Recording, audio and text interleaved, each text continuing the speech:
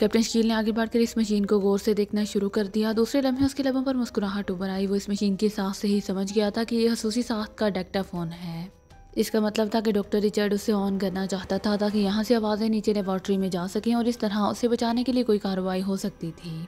Captain Shakeel ने red raise pistol का रुख इस मशीन की तरफ किया और ट्रैगर दबा दिया। सुर्श हुआ जैसे ही मशीन पर पड़ी, एक धमाका हुआ और मशीन के टुकड़े फर्श पर बिखर गए।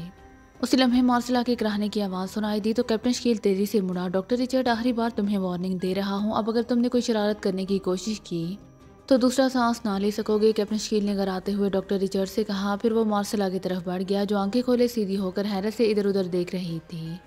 उठो मार्शला, हमने बहुत सा काम करना है, कैप्टन शकील ने कहा तो मार्शला उठकर खड़ी हो गई। उसी लम्हे रॉडनी का दूसरा साथी जिसका नाम राशेल था कराहते हुए उठने की कोशिश करने लगा कि कैप्टन शकील ने रेड रेज पिस्टल का रुख उसकी तरफ किया और ट्रैगर दबा दिया। दूसरे लम्हे राशेल की हलक से यकलहा चीख निकली और उसका जिस्म कोयले में तब्दील होता चला गया। अब तुम्हारी बारी है डॉक्टर रिचर्ड, कैप्टन शकील ने रेड रेज पिस्टल का रुख डॉक्टर रिचर्ड की तरफ करते हुए कहा, जिसका चेहरा होश में आते हुए राशेल की हालत देखकर तारीख पड़ गया।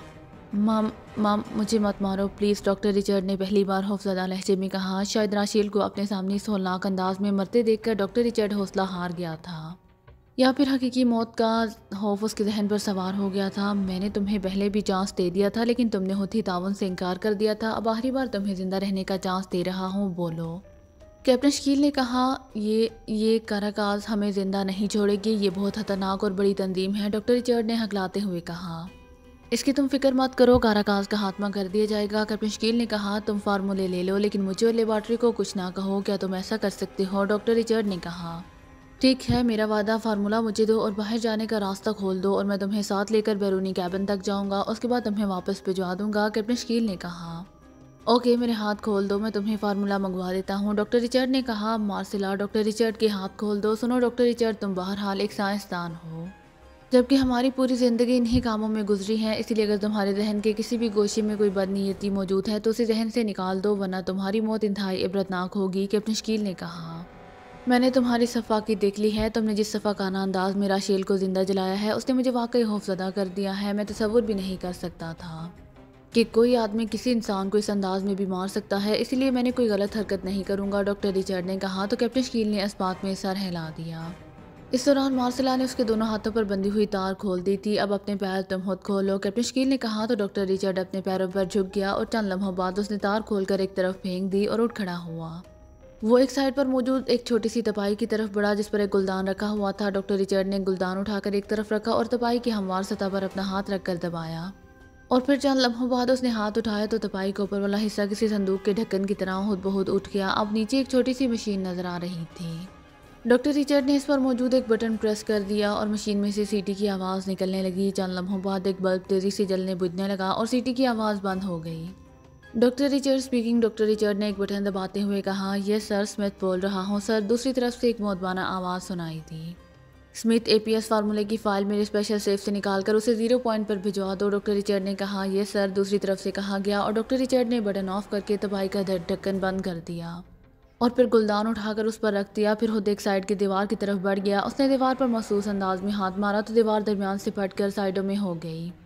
अब दीवार में एक मुस्ततील शक्ल की मशीन नजर आ रही थी। डॉक्टर रिचर्ड ने इस मशीन के बटन प्रेस किए तो उस पर कई बल्ब तेजी से जलने बुझने लगे। थोड़ी देर बाद उसमें से तेज सीटी की आवाज़ सुनाई देने लगी। डॉक्टर रिचर्ड खामोश खड़ा रहा। अचानक सीटी की आवाज़ बंद हो गई और इसके साथ ही मशीन भी बंद हो गई। तो डॉक्टर रिचर्ड ने इस मशीन के निचले हिस्से पर एक उभरे हुए हिस्से को प्रेस किया तो हिस्सा खाने के अंदाज में खुल गया। अंदर एक सुर्ख रंग की कवर वाली फाइल पड़ी हुई नजर आ रही थी। डॉक्टर रिचर्ड ने झपट कर वो फाइल उठाई और मुड़कर कैप्टन शकील की तरफ बढ़ा दी। ये लो फाइल और इसे चेक कर लो, डॉक्टर रिचर्ड ने कहा और इसके साथ ही उसने मशीन के बटन ऑफ किए। फिर दीवार बराबर हो गई। कैप्टन शकील ने उसके हाथ से फाइल लेकर उसे खोल कर देखा और फिर मुतमईन होकर उसने फाइल तय करके अपने कोट की अंदरूनी जेब में रख ली। ठीक है, अब हमारे साथ बाहर चलो, हम तुम्हें खुद बाहर जाकर वापस भिजवा देंगे, कैप्टन शकील ने कहा और डॉक्टर रिचर्ड ने इस बात में सर हिला दिया। उसके साथ उसने एक भी दीवार में मौजूद एक अलमारी खोलकर उसके अंदर हाथ डालकर कुछ किया तो सरर की आवाज़ के साथ ही अलमारी के पट घूम गए। अब एक मशीन जिस पर बेशुमार बटन थे सामने आ गई। डॉक्टर रिचर्ड ने उसकी जगह बाद दीगरे 3 बटन प्रेस कर दिए। आओ, डॉक्टर रिचर्ड ने मुड़ते हुए कहा और कैप्टन शकील ने इस बात में सर हिलाने पर वो अंदर की तरफ बढ़ गया। कैप्टन शकील ने खामोश खड़ी मार्शला को अपने साथ अंदर आने का इशारा किया और फिर वो दोनों डॉक्टर रिचर्ड के पीछे चलते हुए एक राहदारी से गुजरकर इस कमरे में पहुंच गए जहां उन्हें बेहोश किया गया था। इस कमरे का दरवाज़ा अब खुला हुआ था जिसमें से वो इस कमरे में दाखिल हुए थे। राहदारी से गुजरकर वो सीढ़ियाँ चढ़ते हुए ऊपर कैबिन में पहुंच गए। अब तुम बाहर मौजूद हो, लेकिन ये बता दूं कि जितनी जल्दी मुमकिन हो सके इस जजीरे से निकल जाओ, वरना किसी भी लम्हे काराकास के आदमी यहाँ पहुंच जाएंगे और वो लोग किसी हालत में भी तुम्हें जिंदा नहीं छोड़ेंगे, डॉक्टर रिचर्ड ने कहा। सॉरी डॉक्टर रिचर्ड, जब तक वो लोग नहीं आ जाते तुम्हें हमारे पास ही रहना होगा, कैप्टन शकील ने कहा और इसके साथ ही उसने डॉक्टर रिचर्ड का बाजू पकड़कर एक जोरदार झटका दिया।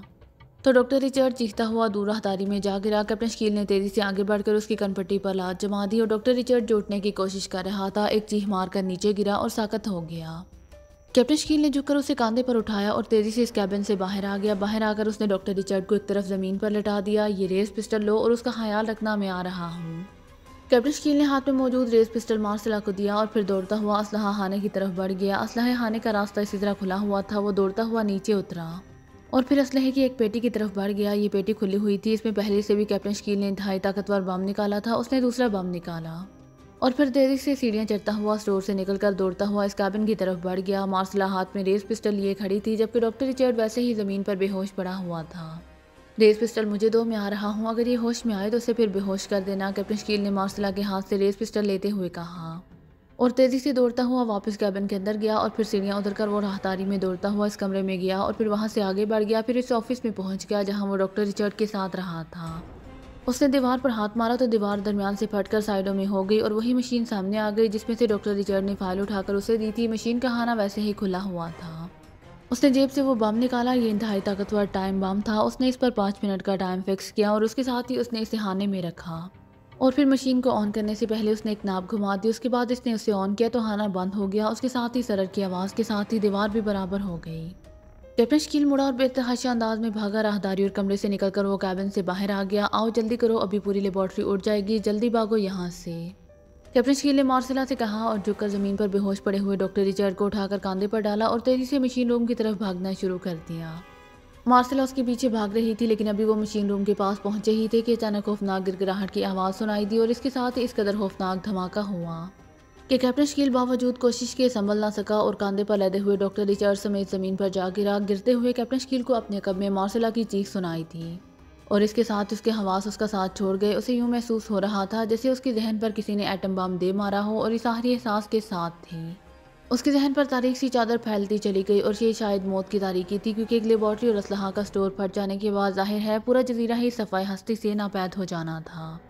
मोटर बोट हाथ से तेज रफ्तारी से दौड़ती हुई करासूना जजीरे की तरफ बढ़ी चली जा रही थी। रात की तारीकी हर तरफ छा गई थी, लेकिन मोटर बोट की मखसूस तेज लाइट ने दूर दूर तक जैसे रोशनी का सैलाब पैदा कर दिया था।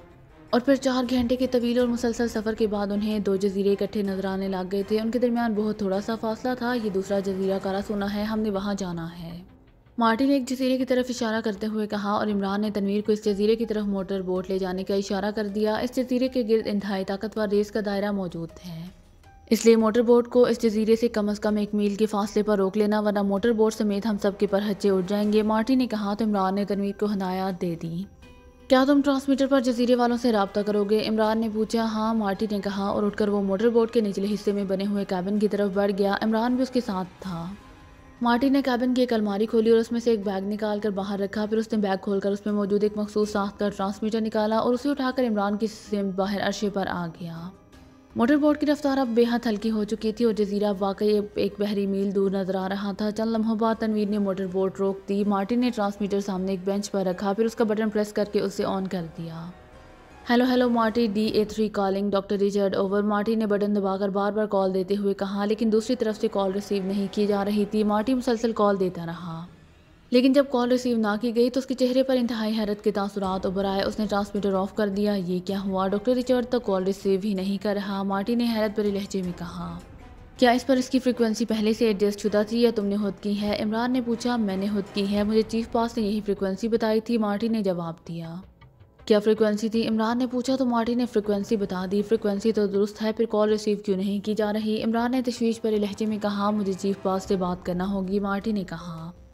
क्या कहोगे उससे? इमरान ने पूछा। यही कि कॉल रिसीव नहीं हो रही। और क्या कहूँगा? मार्टी ने कहा। ठीक है, करो बात, हो सकता है कि वो कोई और फ्रीक्वेंसी बता दे, इमरान ने कहा। तो मार्टी ने ट्रांसमीटर पर एक और फ्रीक्वेंसी एडजस्ट करना शुरू कर दी। फिर उसने एक बटन प्रेस कर दिया। Hello hello Marty, DA3 calling over, Marty ने कहा। Yes headquarter returning you over. चंद लम्हों बाद ट्रांसमीटर से आवाज़ सुनाई दी, चीफ बास से बात करा। ओवर। मार्टी ने कहा, इस वक्त वो आराम कर रहे हैं, अब बात नहीं हो सकती। तुमने इस वक्त क्यों कॉल की है? ओवर। दूसरी तरफ से कहा गया, मैं अपने साथियों समेत करासूना जजीरे पर पहुंच गया हूं, लेकिन चीफ बास ने वहां डॉक्टर रिचर्ड से बात करने के लिए जो फ्रिक्वेंसी बताई थी, इस फ्रिक्वेंसी पर कॉल ही रिसीव नहीं की जा रही। ओवर। मार्टी ने कहा, क्या फ्रिक्वेंसी थी? ओवर। दूसरी तरफ से पूछा गया और मार्टी ने फ्रिक्वेंसी बता दी। फ्रिक्वेंसी तो दुरुस्त है, फिर कॉल क्यों रिसीव नहीं की जा रही? तुम 5 मिनट बाद दोबारा हमें कॉल करना, हम खुद बात करते हैं। Over and all. दूसरी तरफ से कहा गया। इसके साथ ही राब्ता खत्म हो गया तो मार्टी ने ट्रांसमीटर ऑफ कर दिया। फिर 5 मिनट बाद उसने दोबारा ट्रांसमीटर ऑन किया और कॉल देनी शुरू कर दी। Yes headquarter returning you. करा सुनने से कॉल रिसीव नहीं की जा रही, इसका मतलब है कि वहाँ कोई हंगामी हालात पैदा हो चुके हैं। ओवर। दूसरी तरफ से इंतहाई तशवीश भरे लहजे में कहा, अब मुझे क्या करना है? ओवर। मार्टी ने कहा, इस वक्त रात है, तुम ऐसा करो कि कोमाटो जजीरे के करीब टापू पर अपने साथियों समेत रुक जाओ। सुबह को जब चीफ बास ऑफिस आएंगे तो उनसे बात होगी, फिर वो जैसे हुक्म देंगे तुम्हें इत्तला कर दी जाएगी। Over and all. दूसरी तरफ से कहा गया और इसके साथ ही राब्ता ख़त्म हो गया तो मार्टी ने ट्रांसमीटर ऑफ कर दिया। अब रात टापू पर ही गुजारना होगी। मार्टी ने इमरान से मुखातिब होकर कहा कि हम इस वक्त जजीरे पर नहीं जा सकते। इमरान ने कहा, और नहीं, जजीरे के गिर्द आसमान और समंदर में इंतहाई खौफनाक शुआएं मौजूद हैं जो एक लम्हे में अपने से टकराने वाली हर चीज़ को तबाह कर देती हैं। मार्टी ने कहा, सफदर तुम ऐसा करो कि फालतू लकड़ी उठाकर जजीरे की तरफ फेंको। इमरान ने सफदर से कहा तो सफदर सर हिलाता हुआ उठा और नीचे कैबिन की तरफ बढ़ गया। थोड़ी देर बाद वो वापस आया तो उसके हाथ में लकड़ी का एक तख्ता मौजूद था। उसने हाथ घुमाकर तख्ते को जजीरे की तरफ फेंक दिया। तख्ता जैसे ही हवा में तैरता हुआ आगे बढ़ा, यकलहत एक धमाका हुआ और तख्ते को हवा ही में आग लग गई और वो शोला बनकर नीचे गिरा और गायब हो गया। इसका मतलब है कि हिफाजती इंतजाम काम कर रहे हैं। और फिर क्या वजह है क्यों कॉल रिसीव नहीं की जा रही? इमरान ने कहा, हो सकता है उनका ट्रांसमीटर खराब हो गया हो। तनवीर ने कहा, और इमरान ने इस बात में सर हिला दिया। तुम्हारा चीफ बास क्या करेगा? इमरान ने मार्टी से मुखातिब होकर पूछा, अब मैं क्या कह सकता हूँ, हो सकता है उसने कोई खसूसी इंतजाम किए हों। मार्टी ने कहा, ओके ठीक है। तनवीर, मोटर बोट को टापू की तरफ मोड़ लो, सुबह को देखा जाएगा। इमरान ने एक तवील सांस लेते हुए तनवीर से कहा तो तनवीर ने मोटर बोट का इंजन स्टार्ट किया, फिर उसे मोड़कर वापस किया और एक लंबा चक्कर काट कर टापू की तरफ बढ़ता चला गया। इमरान की पेशानी पर शिकनों का जाल फैला हुआ था क्योंकि उससे असल तशवीश कैप्टन शकील की तरफ से थी। उसने फैसला कर लिया था कि सुबह वो इन हिफाजती इंतजाम को चेक करके हर हालत में जजीरे पर पहुंचने की कोशिश करेगा। मार्सिला की जैसे ही आंखें खुली, उसके जिस्म में जैसे दर्द की तेज़ लहरें दौड़ने लगीं। उसके साथ ही उसके जहन में धमाके से होने लगे। उसके मुंह से बेख्तियार राहें निकलने लगीं। उसने लाशौरी तौर पर उठने की कोशिश की, लेकिन उसे महसूस हुआ जैसे उसके जिस्म पर काफ़ी बोझ हो। उसने सर उठाया तो उसके सर के ऊपर से मिट्टी इधर उधर बिखर गई। उसने पूरा जोर लगाकर उठने की कोशिश की, फिर आहिस्ता आहिस्ता उसके जिस्म से बोझ हटने लगा। और थोड़ी देर बाद जब वो उठकर खड़ी हुई तो उसके जहन में बेख्तियार धमाके से होने लगे। उसके जिस्म पर मिट्टी का जैसे तोदा सा आ गिरा था। उसने एक तरफ देखा जिधर कैप्टन शकील डॉक्टर रिचर्ड को कंधे पर उठाए हुए उससे आगे था, तो उससे कैप्टन शकील का सर नजर आ गया। यूँ लगता था जैसे उसका सर किसी तोदे से बाहर निकला हुआ हो। वो तेजी से आगे बढ़ी। उसने दोनों हाथों से मिट्टी हटानी शुरू कर दी। थोड़ी देर बाद कैप्टन शकील का जिस्म मिट्टी से बाहर आ गया। मिट्टी उसके जिस्म पर थी, उसकी गर्दन और उसका सर मिट्टी से बाहर था। उसने कैप्टन शकील को पलटकर सीधा किया तो वो बेइख्तियार उछल पड़ी क्योंकि कैप्टन शकील के सर पर जख्म था जिससे खून निकलकर ज़मीन पर गिरता रहा था। लेकिन इस वक्त जख्म पर मिट्टी पड़ी हुई थी, इसीलिए खून बह न रहा था। उससे आगे डॉक्टर रिचर्ड ज़मीन पर पड़ा हुआ था। उसके जिस्म पर भी मिट्टी की हल्की सी तह थी। मार्सिला ने झुककर कान कैप्टन शकील के सीने पर रखा तो दूसरे लम्हे वो बेइख्तियार उछल पड़ी क्योंकि कैप्टन शकील जिंदा था, लेकिन उसके दिल की धड़कन बता रही थी कि उसकी हालत हाथ से खराब है। इसने उधर उधर देखा, फिर सामने उसे मशीन रूम की इमारत नजर आ गई। वो दौड़ती हुई इस इमारत की तरफ बढ़ गई। उसने डॉक्टर रिचर्ड को चेक करने की कोशिश ही नहीं की थी। मशीन रूम में दाखिल होकर वो इस मुल्हिका कमरे की तरफ बढ़ी जहाँ खाने पीने का सामान रखा हुआ था। फिर उसने वहाँ से पानी की 2 बोतलें उठाईं और वापस दौड़ती हुई कैप्टन शकील की तरफ आ गई। उसने एक बोतल का ढक्कन खोला और एक हाथ से कैप्टन शकील के जबड़े बेंचे तो कैप्टन शकील का मुँह थोड़ा सा खुल गया। मार्सिला ने उसके मुंह में पानी डालना शुरू कर दिया। आहिस्ता आहिस्ता पानी कैप्टन शकील के हलक से उतरने लगा। चंद लम्हों बाद कैप्टन शकील के जिस्म में हल्की सी हरकत के तासुरात नमूदार होने लगे तो उसने बोतल हटाकर एक तरफ रखी और कैप्टन शकील को दोनों हाथों से झंझोड़ना शुरू कर दिया। कैप्टन शकील, होश में आओ। कैप्टन शकील, मैं मार्सिला हूँ। कैप्टन शकील, मार्सिला ने चीख चीख कर कहना शुरू किया। और थोड़ी देर बाद कैप्टन शकील ने कराहते हुए आंखें खोल दी। पानी पियो, पानी। मार्सिला ने कैप्टन शकील को होश में आते देखकर मुसरत भरे लहजे में कहा और साथ ही बोतल उठाकर कैप्टन शकील के मुँह से लगा दी। इस बार कैप्टन शकील ने इस तरह घटाघट पानी पीना शुरू कर दिया जैसे प्यासा ऊंट पानी पीता है। जैसे जैसे पानी उसके हलक से उतरता जा रहा था उसकी हालत तेज़ी से नॉर्मल होती जा रही थी। जब बोतल ख़त्म हो गई तो मार्सिला ने बोतल हटा दी। ये तुम्हें क्या हो गया है? तुम तो मुकम्मल भुतनी बनी हुई हो। कैप्टन शकील ने पहली बार मुस्कुराते हुए कहा, तुमने अपनी हालत नहीं देखी। बहरहाल शुक्र है कि तुम जिंदा हो, वरना तुम्हारे सर का जख्म और तुम्हारी हालत देखकर तो मेरी चीखें निकलते निकलते रह गई थी। मार्सिला ने कहा और कैप्टन शकील बेख्तियार हंस पड़ा। मेरा ख्याल है कि मेरा सर किसी पत्थर से जा लगा था। बहरहाल अल्लाह ताला का शुक्र है कि उसने करम कर दिया, लेकिन ये तो सुबह होने वाली है। इसका मतलब है कि हम सारी रात बेहोश पड़े रहे हैं। कैप्टन शकील ने उठते हुए कहा। हाँ, मेरा ख्याल है कि ओस पड़ने की वजह से मुझे होश आया है, मार्सिला ने कहा। तो कैप्टन शकील चौंक पड़ा।